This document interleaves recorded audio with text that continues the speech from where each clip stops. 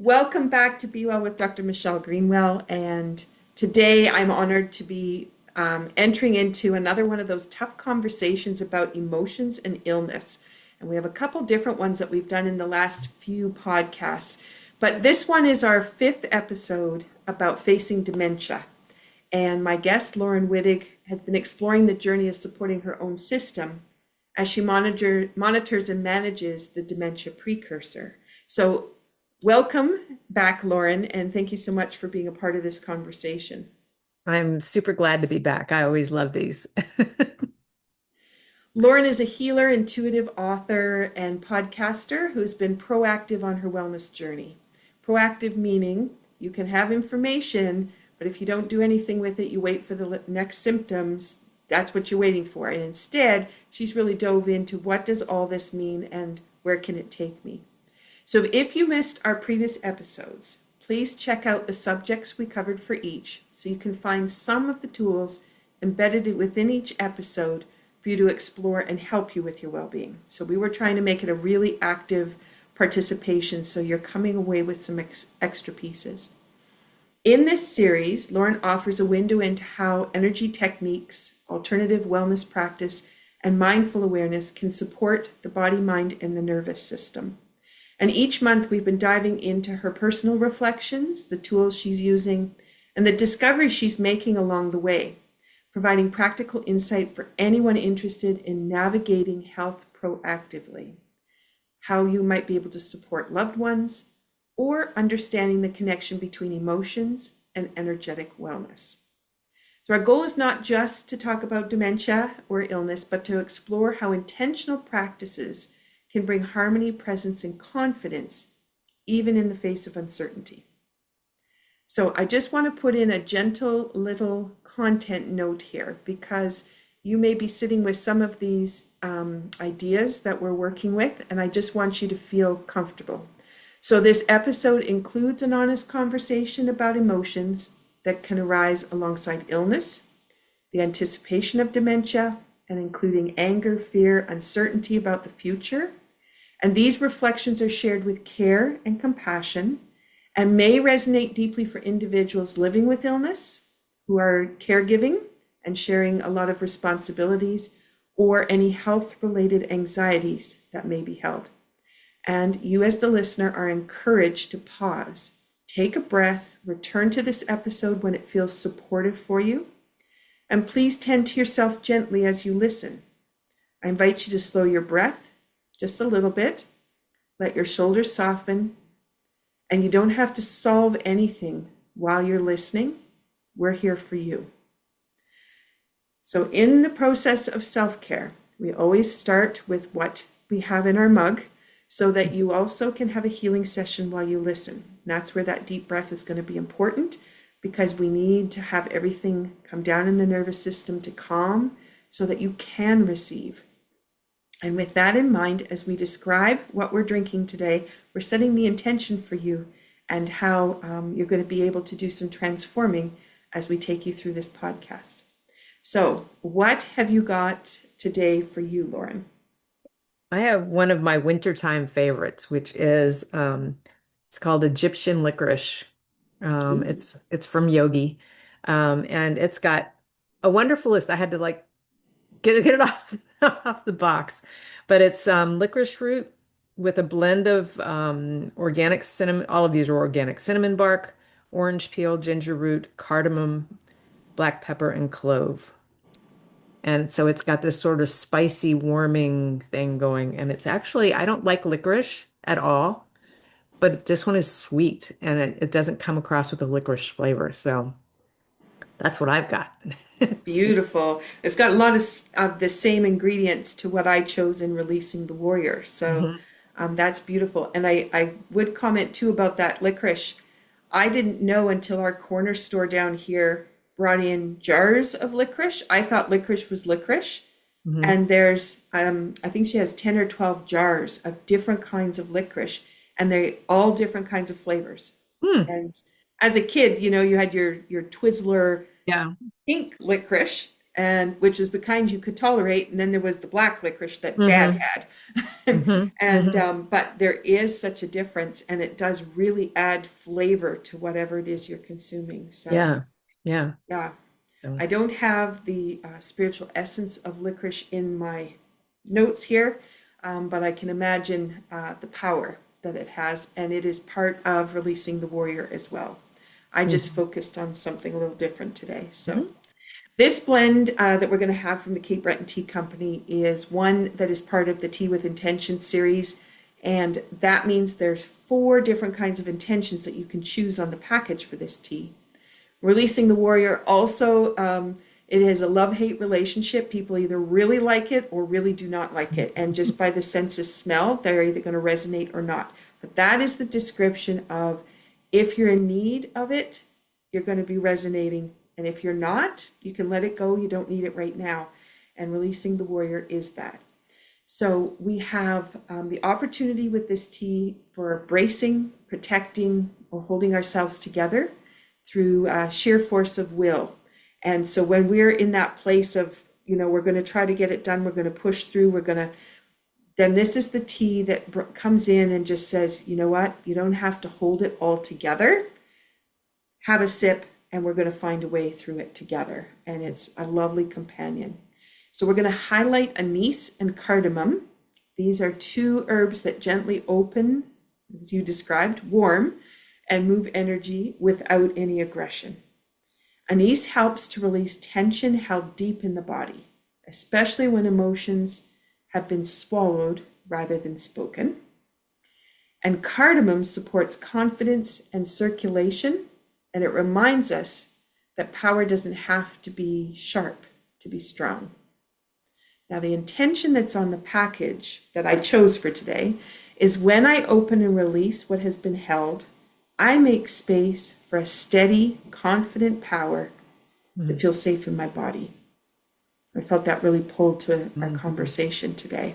Yeah. So, so let's set this up before we sip. So, um, thinking about the ways in which we can create space, what kind of space it is that we're going to be in, and then how do we want to continue to hold on to that as we move forward. And with that, I'll say cheers. Laurin, thanks for coming back for another conversation. Thanks for having me. Our cups almost match this time. They do, I know the colors. So for those that are listening, we both have kind of a grayish blue Mhm. water. Yep. And in fact, the water right now with the snow up on the cliffs and the sunshine down, it is this grayish blue. Ooh, It was so beautiful today. nice. I was driving thinking that ocean always delivers something I've never seen, which is always beautiful. Yeah, we just have solid ice around here. No color, just white and clear. Bright, white and bright. White and All bright. right, so we're going to look at the emotional context. And so we're talking about something many people feel but rarely will say out loud, which is they're angry. Mhm. Whatever their situation is, the anger has taken over. And this is why I chose the wood element tea, because it is supportive to anger and resentment. And so it's a way to bring that calm to it. So we can have anger at genetics, we can have anger at the body, we can have anger at what illness might have taken away. So what we have is a loss, and even anger towards people we love. Yeah, and it can be a parent for what feels like an inheritance that we hadn't asked for.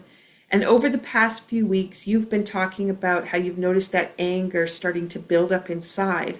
So I'm going to open the floor for you to share what that has meant as you've identified that anger's there and have had the courage to say, okay, let's look at you and see what's coming forward. Well, I need to start with that in my family of growing up, only my mother was allowed to be angry.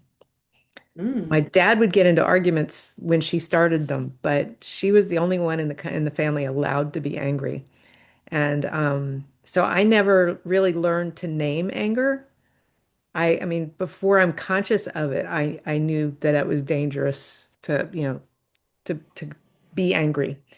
But I never had a name for it. It was just something I had to bottle up. And as a result, I've gotten really good at stuffing anger. you know? But I also learned much later in my life that if I can name something, I can do something, right? Mm. So I learned that with my son when he was very little, he started having asthma attacks, and the doctors wouldn't say it was asthma because he hadn't had it enough times yet, And I finally asked, if it were asthma, what would I do next? And they told me you'd go to an allergist. I said, fine, I would like you to refer me to an allergist. I was able to take action once I had a name for something.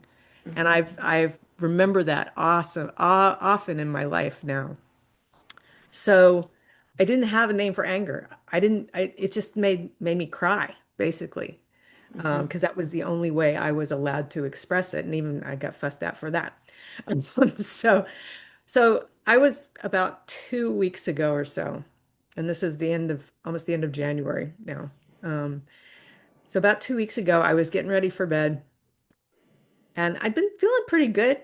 Things were good. I was doing all my stuff that I put in place to do, and not doing the stuff I was not doing anymore. And I got ready to get in bed, and I got in bed. My husband's lying next to me. Our dog's between us, And I get this as I settle. I always do ha ha, ha, right? When I get in bed, it just feels so good. I got this sensation and then an image of me lying in the bed, kind of starship shaped, with your arms outstretched and your legs kind of apart. But there was no room in the bed to do that. Yes, there were these other two beings in the bed. So I just held that image that I had. I was like, okay, I don't know what this is. I don't know why I feel. It felt good. I felt like it would feel really good, but I don't understand why I'm getting this right now. And and the image I got began to have these look like little black dots kind of streaming out of my whole body, but concentrated a lot where the heart chakra is. And I get curious. I was like, this is really interesting, but I don't understand what's going on.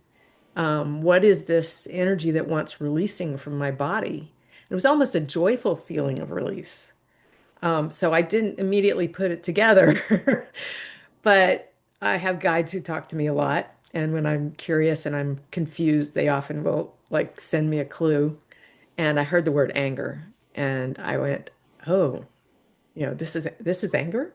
This doesn't feel bad. It feels like it just needs to get out, And so that, of course, led me into, oh, what am I angry about? And just sort of mentally going through that process. And I realized that I was really, really pissed off that I have this gene mutation that is being called the Alzheimer's gene. I was really pissed off about it. And it felt like a final gotcha from my narcissistic mother, which is totally, I mean, there's no way she would have intentionally done that. But emotions aren't always logical. And that was my first thing is I'm just really pissed off that she's left this time bomb going off in me. And just in case people haven't heard this before, I have three generations behind me with Alzheimer's. So it's not a big surprise. But then I was like really kind of pissed off. I was very pissed off about that. That was the main thing. And there's always another layer to my relationship with my mother that has to be worked through. But it was interesting to me to recognize it as anger because it didn't feel dangerous to me. Anger had always felt dangerous. It felt like it was just something that was occurring and I needed to notice it and I needed to allow it to move through me, not be stuck inside me. And so for me, that was the moment of, okay, here's the next thing I have to work on because I don't like ignore stuff like that. And the universe did provide for me very well. I had like I think three different healing sessions in about a week and a half after that, including something that you did for me. So that's how I came to see anger and attach it to this pending, this overhanging kind of possibility of the future. Mhm. So that's where I came to anger. And I think being able to name it is really important. I'm fascinated because most people are thinking about that outburst, right? Hmm. And they don't want to lose it. Yep. Yep. And they also don't want to necessarily shout out at somebody who has nothing to do with what you're going through, right? So trying not to do that to someone. But that is such a huge action compared to when you think about if all the emotions really do have some kind of an equal weight, then when you can name it, it just means how do I move through it? Hmm. And And that's, who can yeah. I reach out to help me do that if I can't do it myself? Mm, You know, hmm. and Exactly. often with emotions, I know that I don't process them very easily, because I feel them so deeply. Yeah. So I always reach out for help especially when emotions are involved. Hmm. But if I didn't know what it was, then I'm less inclined to call somebody and go, I don't know what this is. Although I have a couple of friends I could do that with.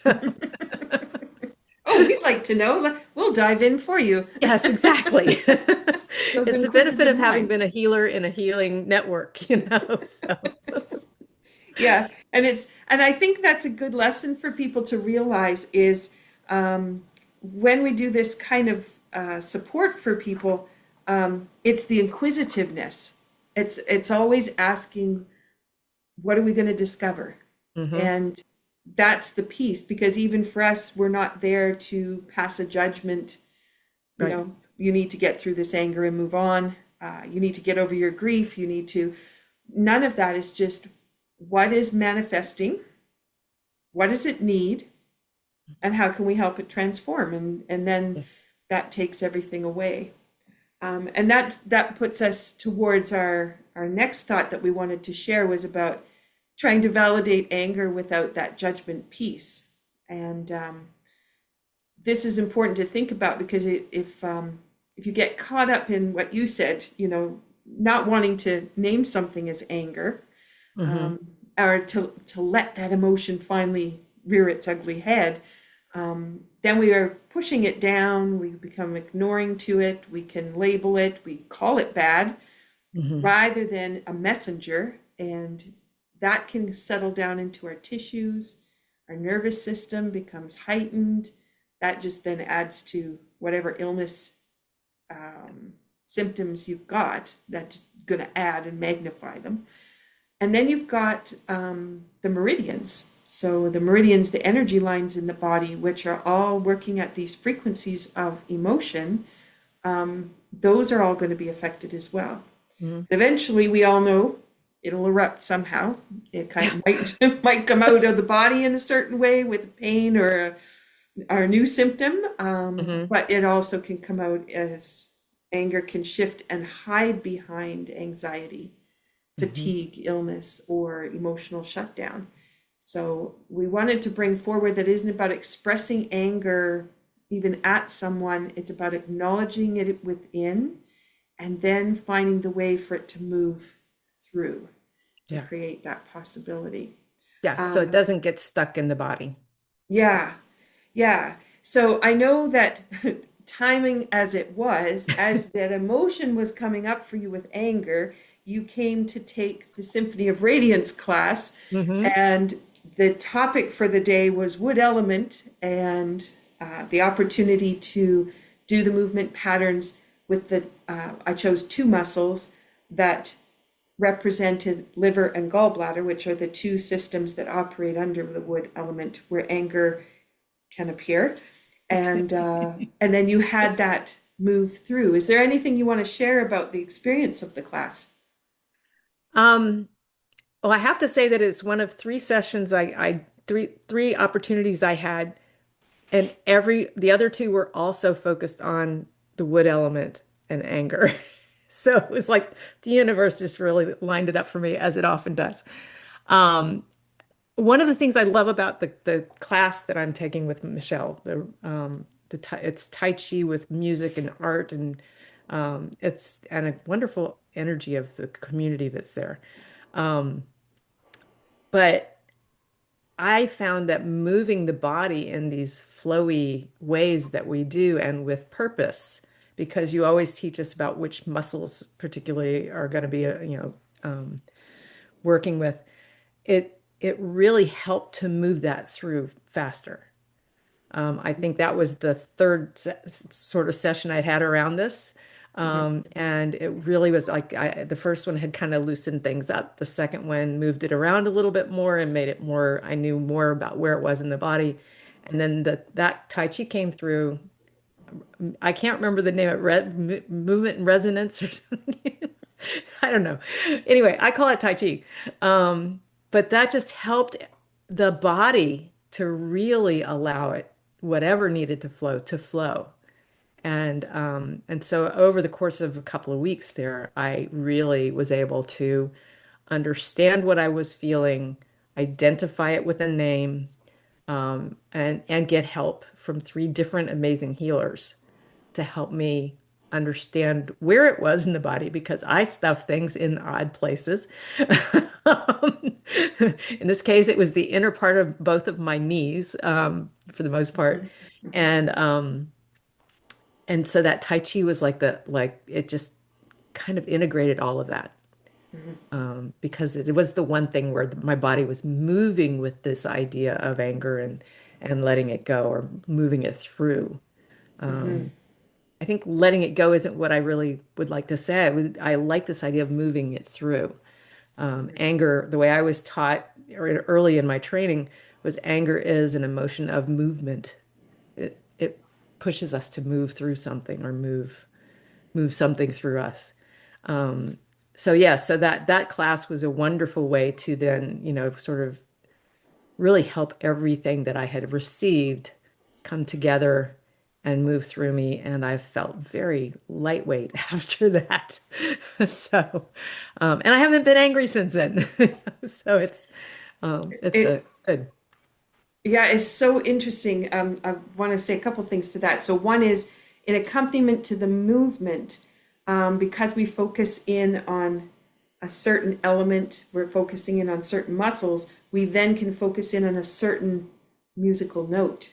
Hmm. And that musical note also, the way that it gets played moves from a little bit above that tone to a little bit below, and it can nudge things. Hmm. So you kind of like you were talking about that first session, shaking it loose a little bit, Yep.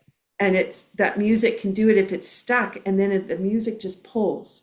Hmm. And then same as the movement, and I like the idea of anger is an action item, and so it puts you into action. It allows that whole movement to figure out where it wants to flow, like a river hitting the beaver dam, and then Hmm. deciding now what am I going to do? How do I carry on and Yeah. find my new way? Yeah. Yeah. Yeah. Um, Okay, so there was that little piece that I wanted to draw out about your experience there. And I guess I did bring in the other piece of that shaking it loose with the first person that you worked with. Yes. Who? And that whole thing is it's not a one of and you're done. It's an evolution. Hmm. So for people listening, because you think, oh, I dealt with that anger already and it's Right. past. And I can say from, coming from not being able to walk on my feet, and I spent a whole year of sessions. So I probably Yeah. had 40, 50 across that time span of working through, and I'd go back for another session and it's the same Hmm. kind of thing would come up, but a different angle about it, which would release another pocket of tissue in my foot, which would Hmm. allow me to move now in a much better way than the last time. So, like you said, into Right. the knees, Yep. where you were noticing it the most, and it's an evolution of discovery. But you Yep. also need time to realize where that new potential is going to take you. I think sometimes we just want the quick fix. Give me the pill Oh, and yeah. move me on. But Give me a pill and let me go. It's like yeah, we've been trained to that, but yeah. no, this kind of therapy, I guess it's called, this energetic work, which works at least for me. It's always has to do with somebody's emotions that are stuck somewhere. But it's as usual, I lost my spot, my out there. It happens layer by layer. So I always think of it as like peeling an onion. It's like you got to get that outer hard, crackly layer off.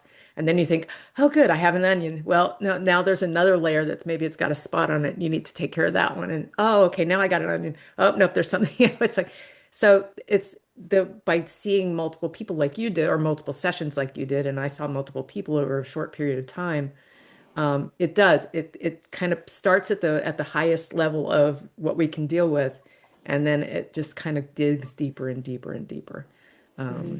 So it's definitely a process. It's not a Mm-hmm. one and done. Not.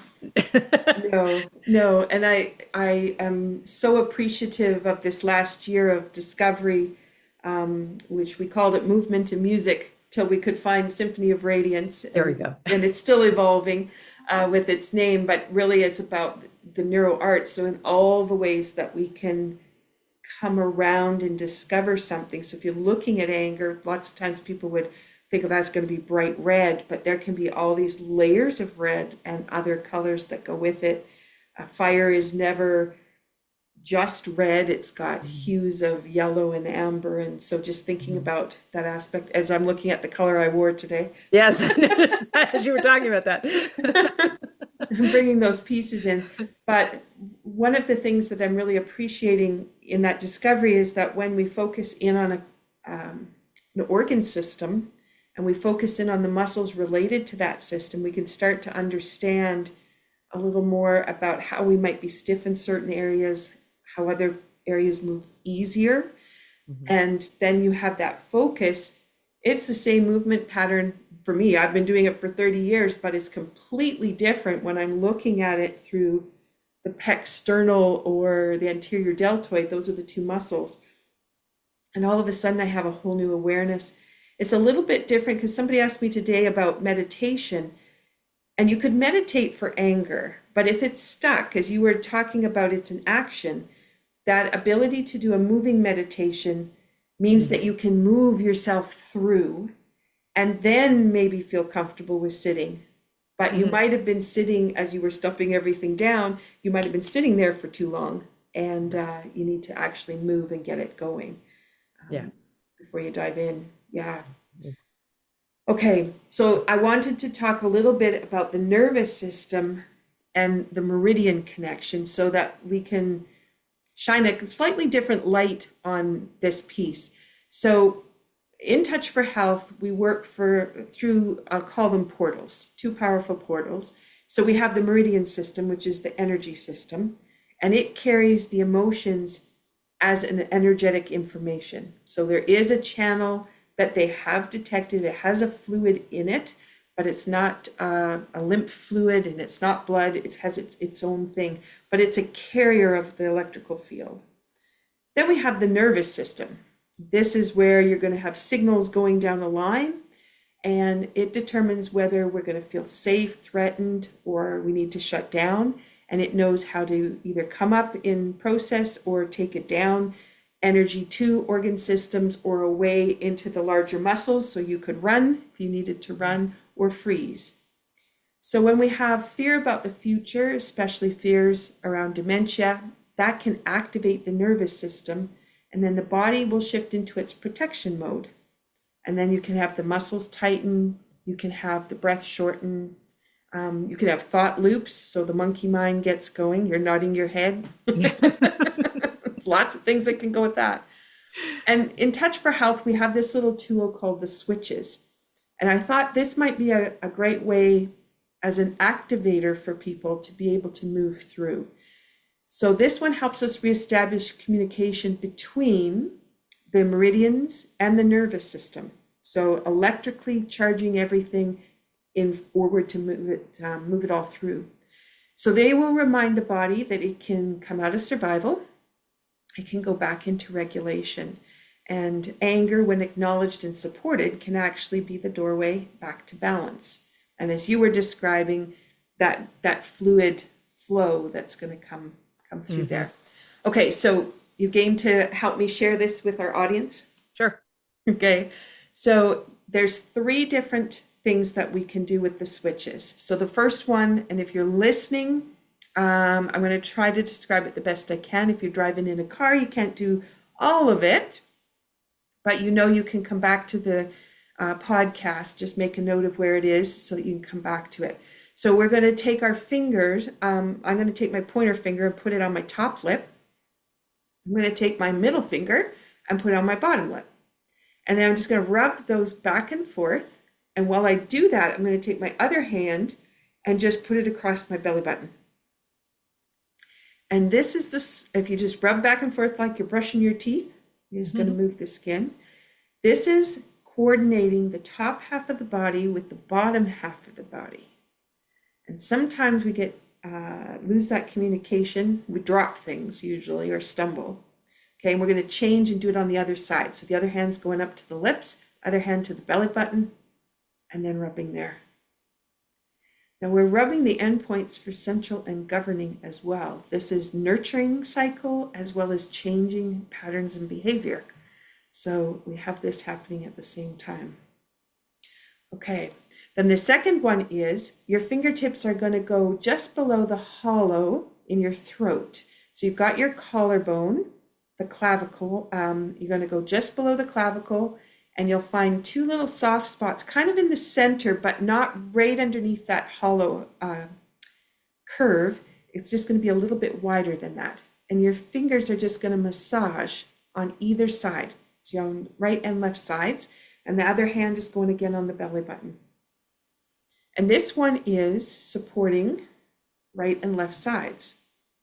So very often when we have angst, we have one side of the brain will shut off, the other side stays on, and then the communication across the brain doesn't happen, which is going to help you realize potential. Let's change hands and rub on the other side. And so this is an opportunity to connect the right and the left.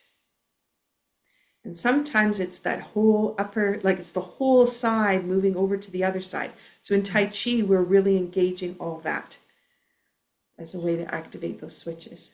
Okay, now we need front to back. So we're going to leave one hand on the belly button, the other hand, if you put it into a fist, and then take it around to your tailbone, and you're just going to rub at your tailbone. And this helps with front to back, moving forward and not falling back. This could be looking in a rearview mirror and seeing the image. Sometimes we look and don't see anything, or being able to activate in a mirror.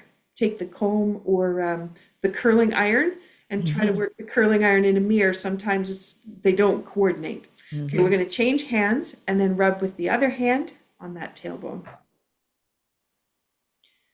Now this is worked through three dimensions, front to back, side to side, up and down. And this is going to really help with the way that we think, as well as the way those electrical systems come together. So the emotions intersecting with the nervous system. We didn't do any pre-awareness kind of things, but did you notice anything that shifted while you were doing that, Laurin? Yeah, I felt across my back, the upper back. I really felt energy. It was like a warmth kind of spread across from the left side to the right side. And so my energy is very feminine, if you want to go to yin yang. And I'm not very much of a logic kind of person, step by step kind of things.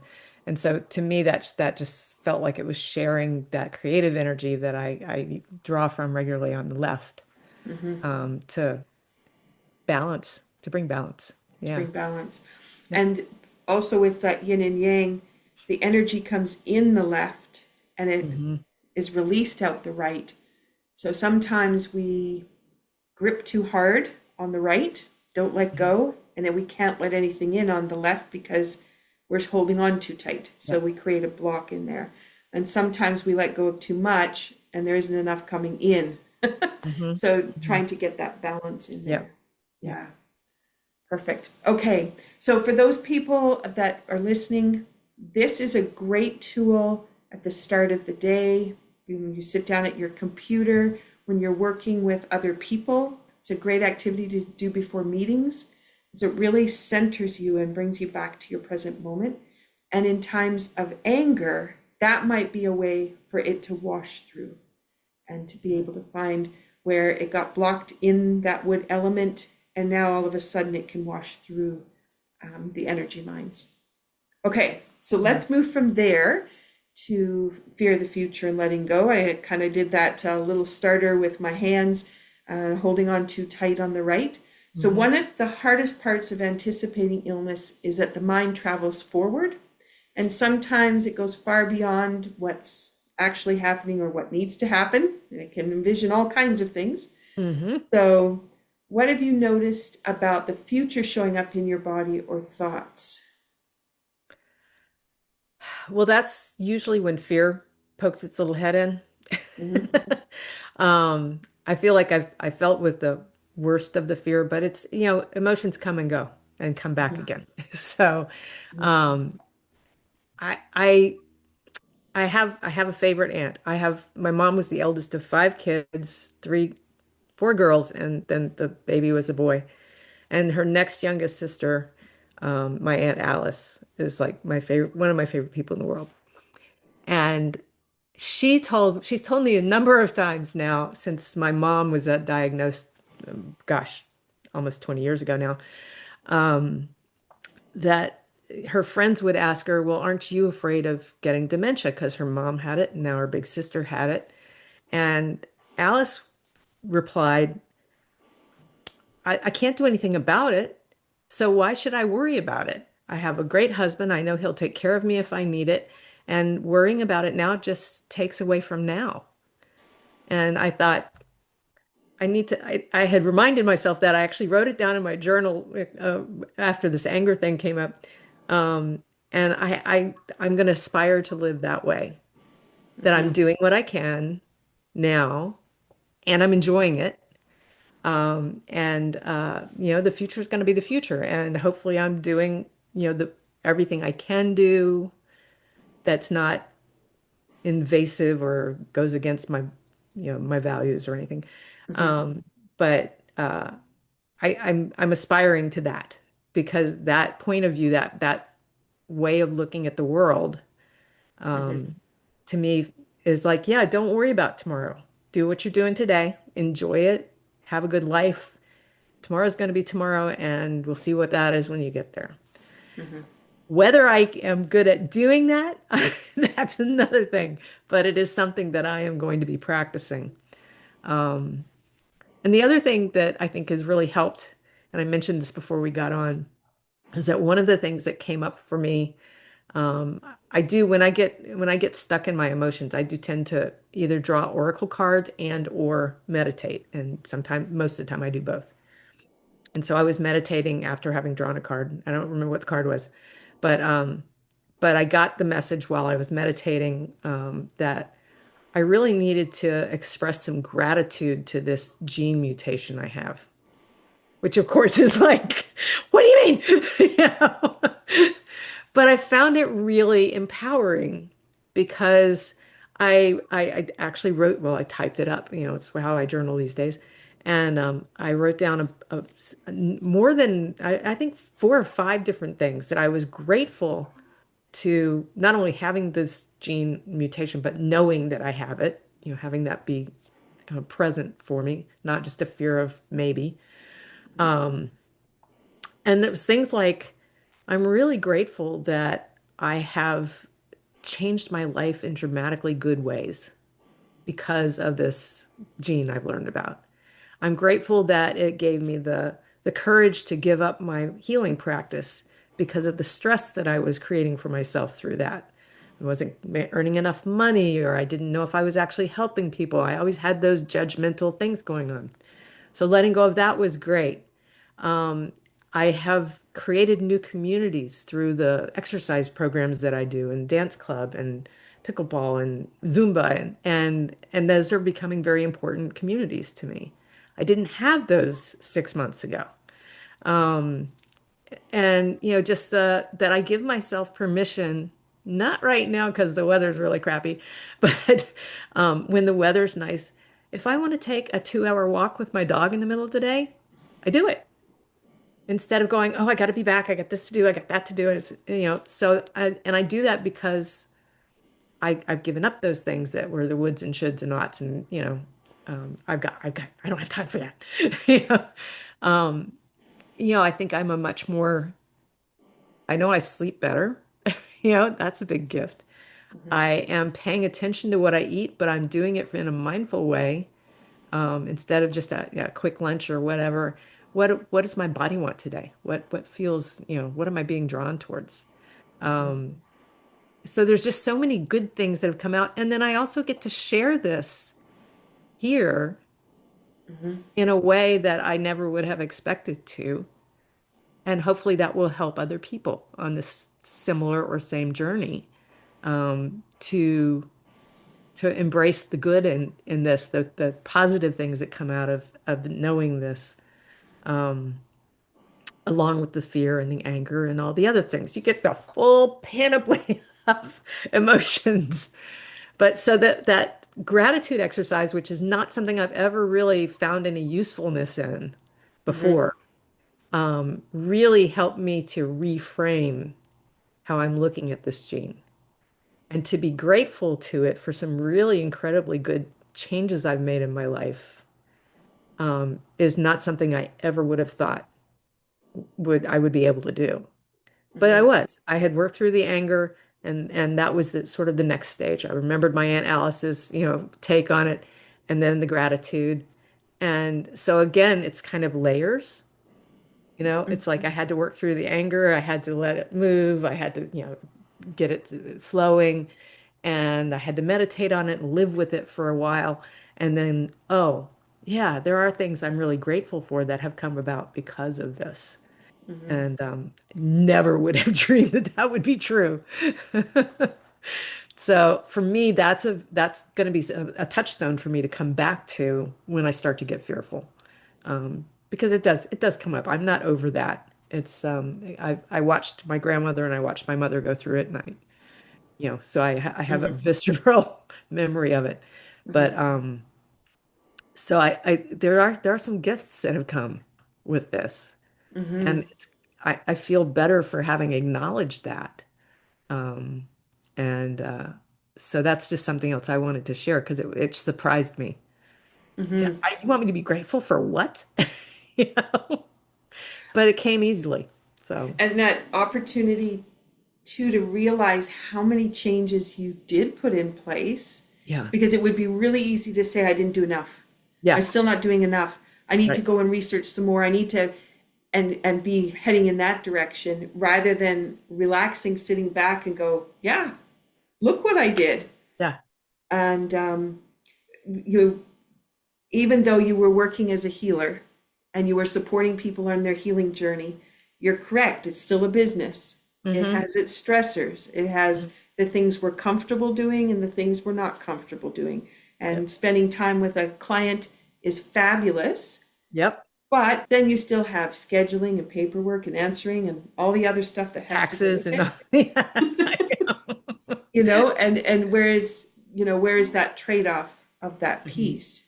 Mhm. Um, and I was recording with Ann Smets for her segment on the spirituality of healing, and one thing she had said was she had migraines for years and years and years, and she had always worked near the water, but she'd never been connected to the water. And it was the day she connected to the water, the migraines disappeared. She changed Mm. her job, which was working near the water, to actually working on the water. Mm. And she was close, but not close enough. And that created this symptom. Yeah. And I'm saying that for people because sometimes we go, oh, I just can't find the answer. And it's like right underneath your nose. Yeah, Yes. because you're not willing to give up. If you were to say, what's the one thing in my life I wouldn't be willing to give up? You probably would have said, I love working with my clients. And that Mhm. wouldn't have been what you would have given up. Yeah. So when you go, what is that one thing I wouldn't give up? It's probably the piece that needs to adjust. And it was a huge piece of because one of the things that I had already started working on before I got the test results was stress reduction because my cortisol levels were like phew, sky high. And I'm like, stress, this is the least stressful part of my life. You know, my kids are launched and happy. My parents are no longer around. I don't have anybody else to take care of but me and my dog and my husband. You know, it's like, so I was shocked by that. But then I realized, and I had shut down my podcast about a year before that because of the stress of that, even though I loved doing it and miss it, but you know what I'm talking about there. Yeah. Yeah. And so it was, it was an unexpected source of stress Hmm. that was huge.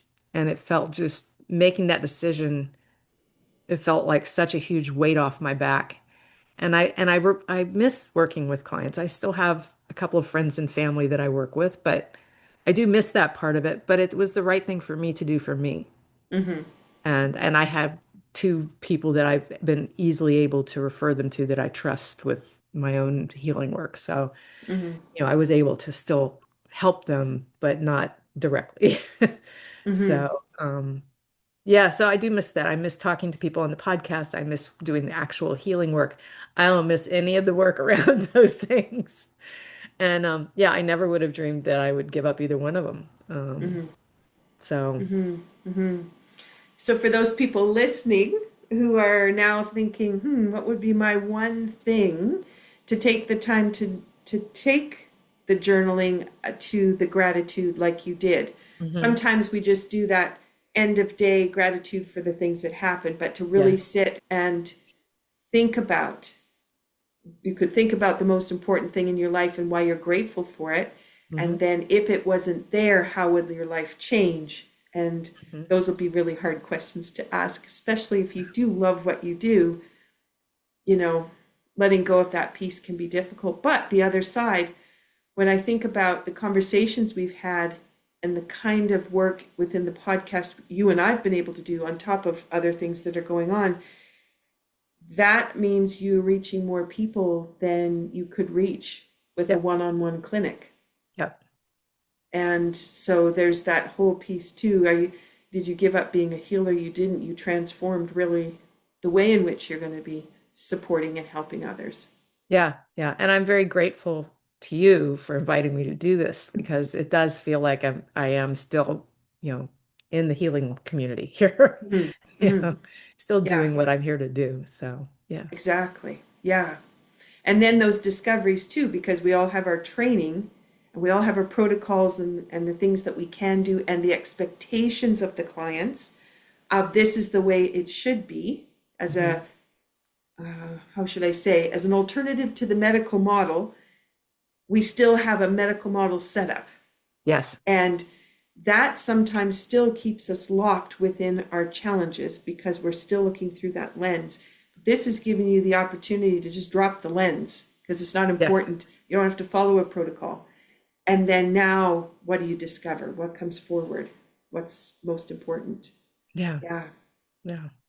Oh, it's been such an incredible week of discovery. So, what I'm going to do now for people listening is I'm just going to ask you a couple of questions. So, these might be some things that you could gently bring into your mind and think about, maybe write a little bit about, maybe put some music on with some lyrics that resonate with this, and allow yourself to move through, and maybe some different answers will come out. But what fear might you be carrying that doesn't belong today? Mm. And sometimes we just shove those to the side as well and think they're not important. And then Yep. you just, I've got a fear of flying and I'd really like to be traveling too, but I can't get there. And so, in what way is that affecting you? And what emotion needs to be witnessed before it can be released? And as you were saying, there's many layers to Hmm. that anger piece. And Yep. so being open and willing to look at each layer as it comes forward and to not stuff it down again, but to say, okay, I'm ready to look at you again. And oh, you're Hmm. back. Let me look Yes. at you again. And I'll Oh, say here from, it comes again. I will say, just if I can add this real yeah, quick, that my experience, my own healing journey, which has been vast and for a long time, is that things do come back, but you begin to recognize, oh, this is that same old thing. I know what to do with this. I know what it is. Okay, so why is it triggering me now? You can begin to ask those questions and let that go much more easily than the first 16 times you did that. And Mhm. so I've even got to where with my mom still shows up in healing practice, healing sessions sometimes, and I've gotten to go, oh, there's Jane again. It's like, and I laugh, whereas it used to be like tears and anger and all kinds of things. So Yep. yeah, don't be surprised when they do circle back. I know I'm going to deal with fear. I know I'm going to deal with anger. I also know now I'm going to deal with gratitude. I don't know what it's Mm. going to be about yet, but it's going to be, something else triggered by this. So. Yeah. Um, yeah. So just get curious. Go, oh, there it is. There it is. Where we going? And when mom shows up and she's got wisdom rather than carrying history, Yep. then it's like I can enjoy you, and the gifts that I didn't see while you were Yes. present with me are the Right. gifts I get to see now. How Mm-hmm. lovely, Yep. that Yep. that can be shared. So, all right. So I'm going to add in here that when we let go, it doesn't mean we're ignoring reality. It means that we can free up that energy, just like we were talking that gripping too tightly on the left side to let go. So you can't even receive on the right. So possibilities can't come to you yet until you're willing to let go. So you can optimize the best of today. And you can do that by remembering to take a breath.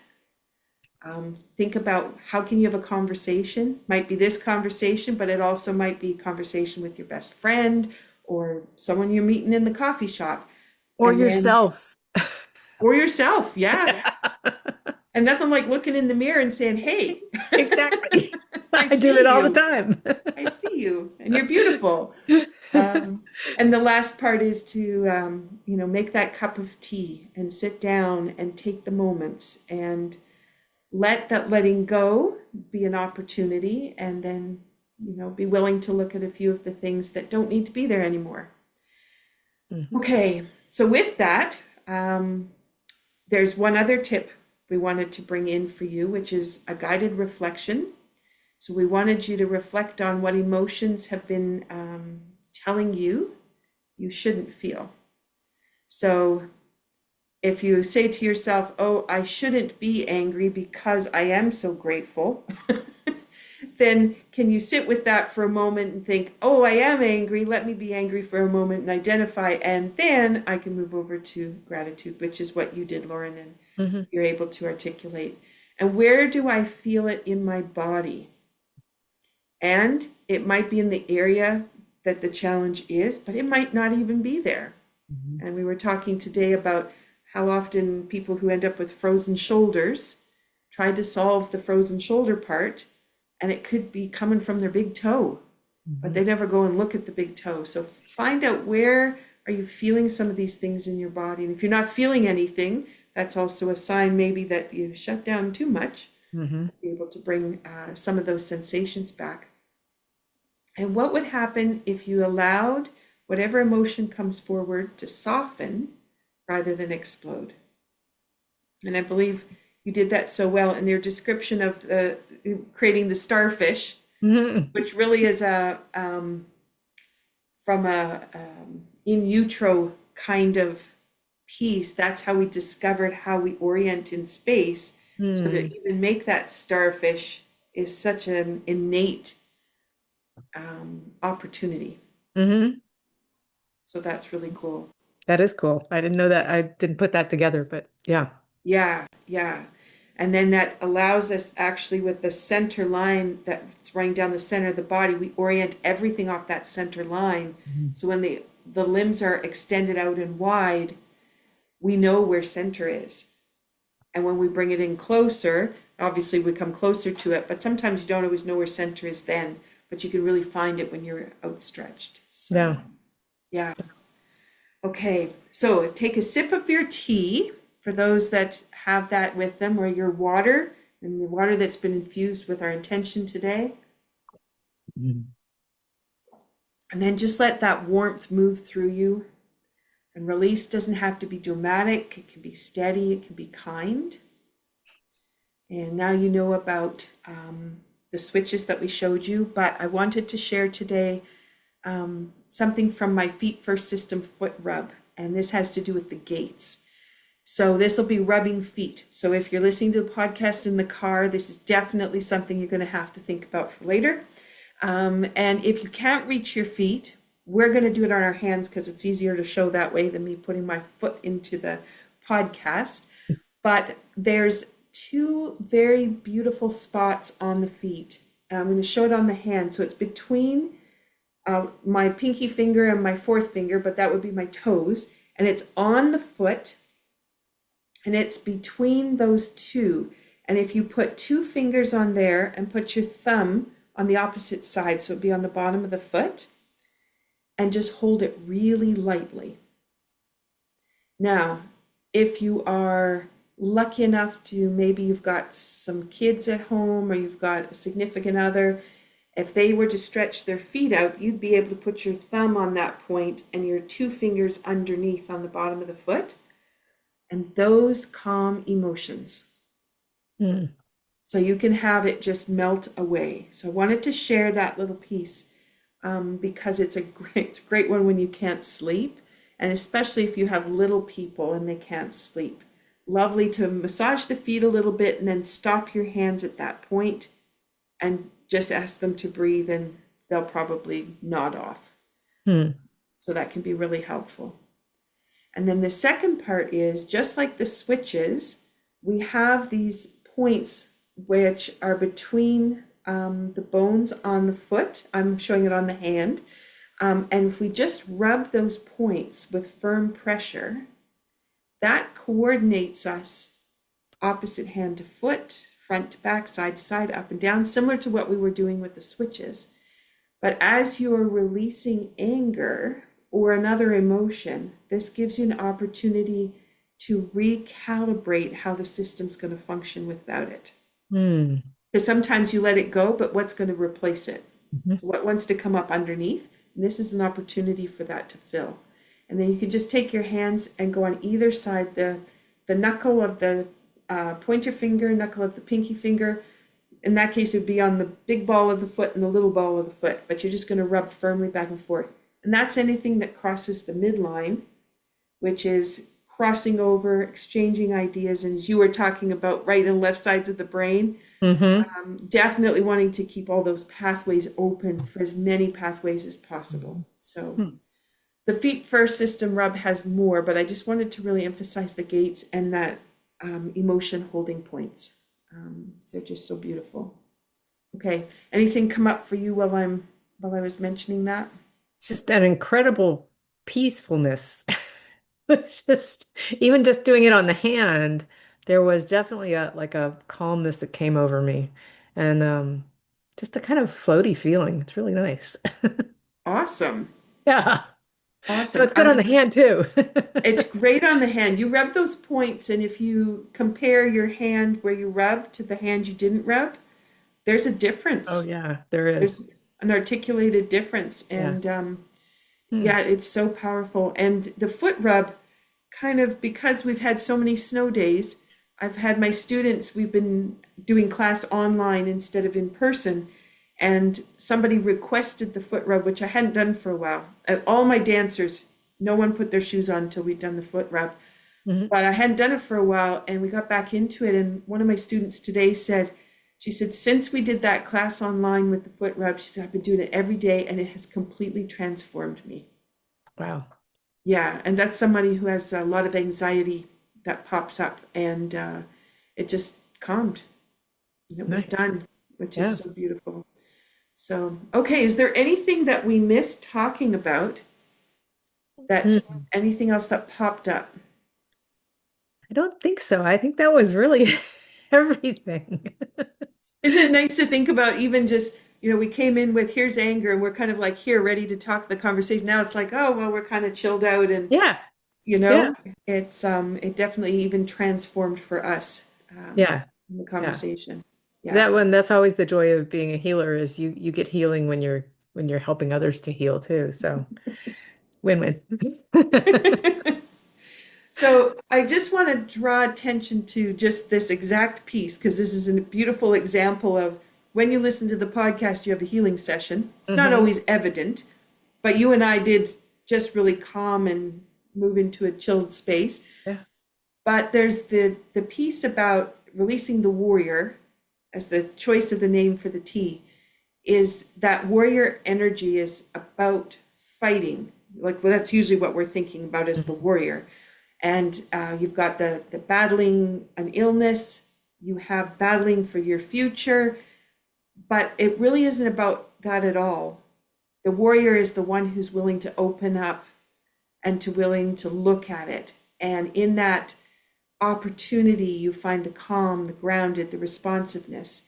And then that warrior knows when to act, when to rest, when to eat, when something needs to change in order to come back to that same calmness. So being open and releasing what's bottled up, making room for power Mhm. that feels comfortable, confident, and sustainable. So, Yeah. Laurin, thank you for opening up another beautiful way to look at all that is possible for us, no matter what our futures may hold. Yeah. Yeah. Because even when we have a precursor of a niggling of knowledge, it doesn't even mean it's true either. So Right. it's Right. so incredible. All right. These conversations do matter, and we hope that you will like, comment, share, pass this conversation forward, introduce people to this podcast, and let them have the opportunity to have some resources at their fingertips to be able to hear the conversations and to be able to make a difference, but also to have a resource because it may not be important for the person you told, but it could be important for someone else in their network that needs to hear these messages. Yeah. And we hope that by having these conversations, we're going to start to change the way people think about their health and wellness and holding on to well-being. You don't need to carry tomorrow's fears today. And when you tend to what's present, find the harmony, it begins to return. You have one breath, you have one choice, and you have one honest moment at a time. Mhm. We wish you well, and we look forward to tuning in next month when we see where Laurin has gone with her discoveries for the month of February. Take care, everyone. Thanks, Laurin. Thank you. Bye, everybody.